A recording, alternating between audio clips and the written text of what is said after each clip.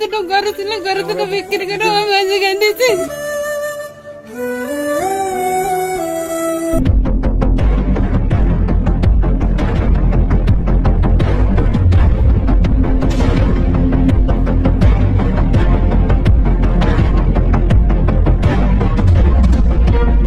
আমার 2 লক্ষ টাকা থইছি ভাইছে, আমি ভাইছি কি এখন আসলে লাগলে আমার এখন দেবে। আমি 2 দিন বলে 2 দিন সময় দেবাবো তুমি, আমি তোমার টাকা দিয়ে দেবো।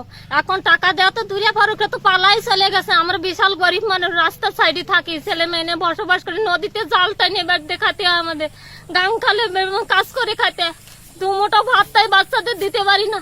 আর টাকাগুলো থইছে, 2টো বাচ্চা পড়াশুনো করে, পরিবারে 5 জন লোক, জায়গা জমি কিছু নাই আমাদের, ছেলে মেলে মানুষ করবো বলে তাইতে রাখিছি, আর সে এখন পালাই নিয়ে চলে গেছে। নিবেদিতা ডালি, আমার স্বামী একজন প্রতিবন্ধী, আমার একটা মেয়ে বাচ্চা আছে, তার ভবিষ্যতের জন্য আমি এই জায়গা থেকে লেখাপড়া করবে যাতে আমরা কোলের কাছে রাখছি, যাতে আমাকে সময় অসময় আমরা তার কাছে এসে আমাদের টাকাটা নিতে পারি। 1 লক্ষ টাকা রাখছি এই জায়গা, সে তো মারা চলে গেছে, এখন আমাদের কি হবে সেইটাই আসছে গেল, আমরা আসছে গেল এই সবাই দেশবাসীর কাছে আসছে, আমরা করতেছি যাতে আমরা আমাকে আমানত টাকাটা যেন আমরা ফিরে পাই। আমি একজন ফুলবাড়ি বাজারের ছোট ব্যবসায়ী, আজ 14 বছর ধরে ঢেউ সমিতির সাথে যুক্ত আছি।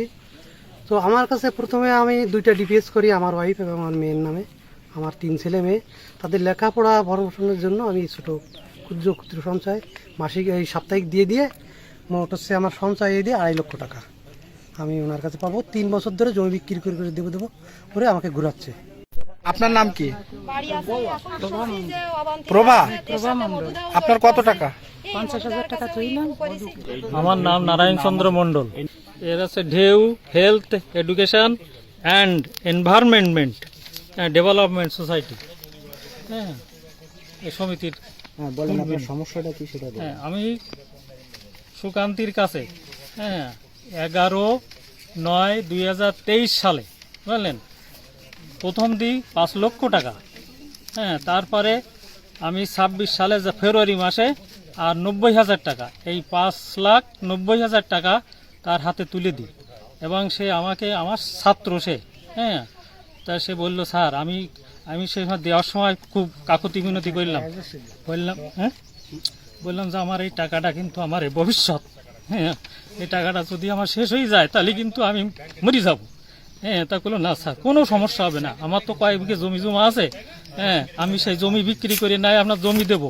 হ্যাঁ, সেইভাবে আমার সাথে বলিয়ে করে বহু রকম করে আমার কাছ থেকে এই টাকাটা সে নেয়। হ্যাঁ, নেওয়ার পরে আমার 3 বছরের মেয়াদ এই টাকাটা দেওয়া হয়। হ্যাঁ, সে টাকা মেয়াদ 11/9/2025 সালে এই মেয়াদটা শেষ হয়ে গেছে।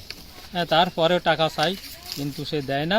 দেশ সরকারের কাছে আবেদন রাখছি এবং দেশের প্রশাসনের কাছে আবেদন রাখছি, আমার একটা টাকা দেবে।